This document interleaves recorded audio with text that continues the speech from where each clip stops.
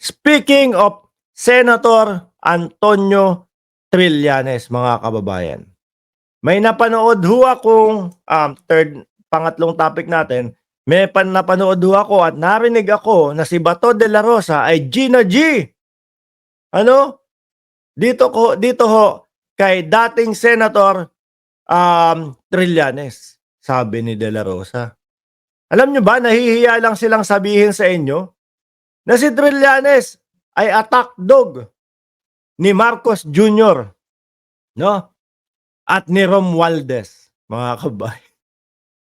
Kasi paulit-ulit po talagang binibira po eh. Ayaw tigilan ni dating Senador Trillanes, si Pangulong Duterte, si Bato de la Rosa, alam nyo naman po ang pinakakabado, no?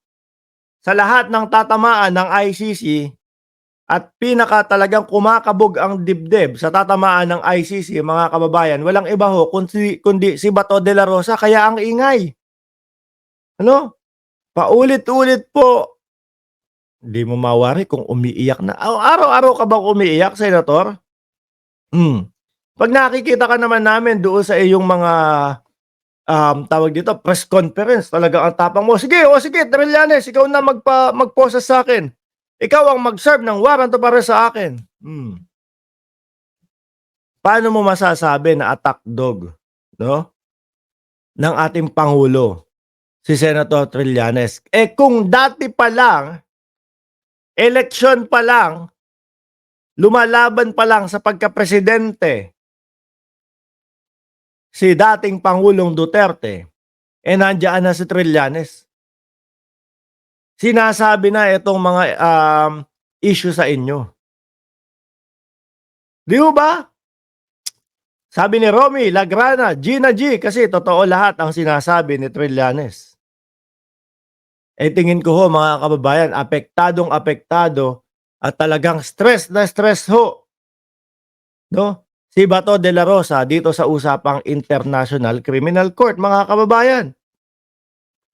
Kada maririnig niya, no? Bato de la Rosa, pangalawa sa seserba ng warrant of arrest ng ICC. Mag-i-explain yan. Paulit-ulit na pag-i-explain yan, mga kababayan. Sino po ba ang nangunguna diyan sa, lalo na nung nagbigay ng mga buwan, ng mga panahon, si dating Senador Trillanes? O, di ba? Kaya ho, mga bossing, attack dog ni Marcos yan. No.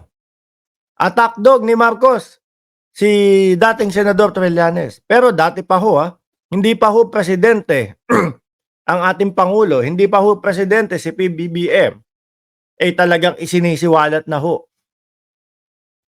ni Trillanes itong mga tungkol po sa ICC, tungkol po sa West Philippine Sea, lahat-lahat po, mga kababayan. At isa din po, no, si dating Senador Trillanes, mga kababayan, ang nangunguna po kasama si Senator Leila de Lima, napapanagutin ho itong kampo nila Bato de la Rosa tungkol ho sa EJK. Tungkol ho, mga kababayan, sa laban kontra droga nila na sinasabi, umabuso daw po talaga. Biruin mo, no? Kinumparan ni Bato de la Rosa yung pamumuno ng ating presidente na si PBBM kung ilan daw po ang nategi, no, sa laban kontra droga ni Pangulong Marcos. Pinagmalaki niya pa, mga kababayan. 800 naman ang nategi diyan sa 2 taon ni Marcos Jr. 800, no? Tapos 2 taon, mga kababayan. 2 years times 3 equals 6 years. 800 times 3 equals 2,400 kung sakali. Kung hindi bababa at kung magme-maintain yung 800 plus na matetegi kada 2 taon, 2,400 in 6 years. Ikumpara doon sa 30,000 na nategi po nung panahon nila na sila ang nanunungkulan. Oh. Pinagmalaki pa, mga kababayan. Paano yun? Di ba? Gustong idikit ni Bato de la Rosa, si Trillanes sa ating Pangulo para ho ano. Tignan nyo yung mga dating oposisyon magkakampi na, kaya kami na yung bagong oposisyon ngayon. Palagay ko po isa sa dahilan kung bakit pilit na idinidikit nila at pilit ibinibintang na attack dog po ng ating Pangulo, no? Si Trillanes para maagaw nila yung oposisyon. Dahil wala nga ho silang lugar sa politika ngayon. No? Wala ho. Pilit hong inaagaw na sila daw po ang oposisyon. Pero ang taong bayan naman ayaw maniwala na sila yung tunay na oposisyon. Paano ho puro paninira lang yung sinasabi nila. Paano ho mga kababayan, wala pong basihan lahat ng sinasabi nila. Kaya ang tawag ho sa kanila ng taong bayan, pogosisyon po. Mga bossing. Di ba? Para sa ganon, wala na, puro administrasyon na yan.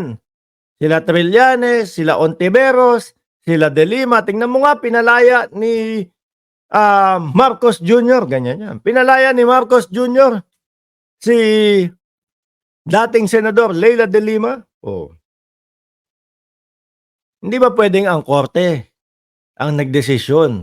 Kasi napatunayan na walang kasalanan. Bakit ang presidente? Hindi naman ang presidente ang magdedesisyon nung gano'n.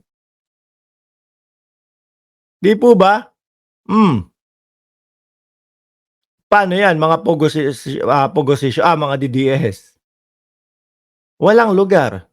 Di ba? Kaya pilit na iniuugnay, pilit nilang sinasabi na mga administrasyon na yung mga yan para magkaroon sila ng sense sa gobyerno. Para maging opposition na po sila. Pero hindi nga po. Hindi po. Ang isang opposition, mga kababayan, isa lang din po ang layunin niyan. Ang mapabuti ang bansang Pilipinas. Mapaangat po ang bansang Pilipinas. Ang hindi masakop ang bansang Pilipinas. Pero yung sa mga nakikita nating galawan nila, mga bossing, parang ang labo ho Parang posible ho tayong maging tawag dito, probinsya ng China, mga kababayan. Sa galawan po nila, pati nga ang vice-presidente natin hindi ho makapagsalita kung ano ang stand niya sa West Philippine Sea. Pro-Pilipinas ka ba o pro-China? Hindi ho ubrang magsalita, mga kababayan. Kasi masasaktan both ways. Kapag humilig ho sa China, paalam, 2028 presidential election. Pagka humilig ho sa Pilipinas, magagalit si Xi Jinping, no? Sabihin nun, ikaw may pabati-bati ka pa ng ng Chinese Chongsheng tapos hindi ka pala kampi sa amin. Lorelai DSNR, shoutout po sa inyo, 262 likes. Mega love shoutout, malakas, salamat. Yun po sa mga bagong dating lang po, huwag niyong kalimutan na i-subscribe ang channel natin, mga kababayan, lalo na kapag birthday nyo, birthday month nyo itong buwan na ito. Kasi baliktad dito sa ating channel. Dito sa ating channel, mga kababayan, tayo yung nagpapamigay ng birthday gift. Hindi tayo namumwersa, hindi tayo nanghihingi. Nakagaya ng mga DDS nanghihingi ng, pakulay naman kayo. Walang ganon, baliktad dito. Kami ang magpapakulay ng inyong birthday kahit na pambili lang ng birthday cake. Pero dapat subscriber namin kayo. Okay? And ayan, i-like nyo lang po ang ating live stream.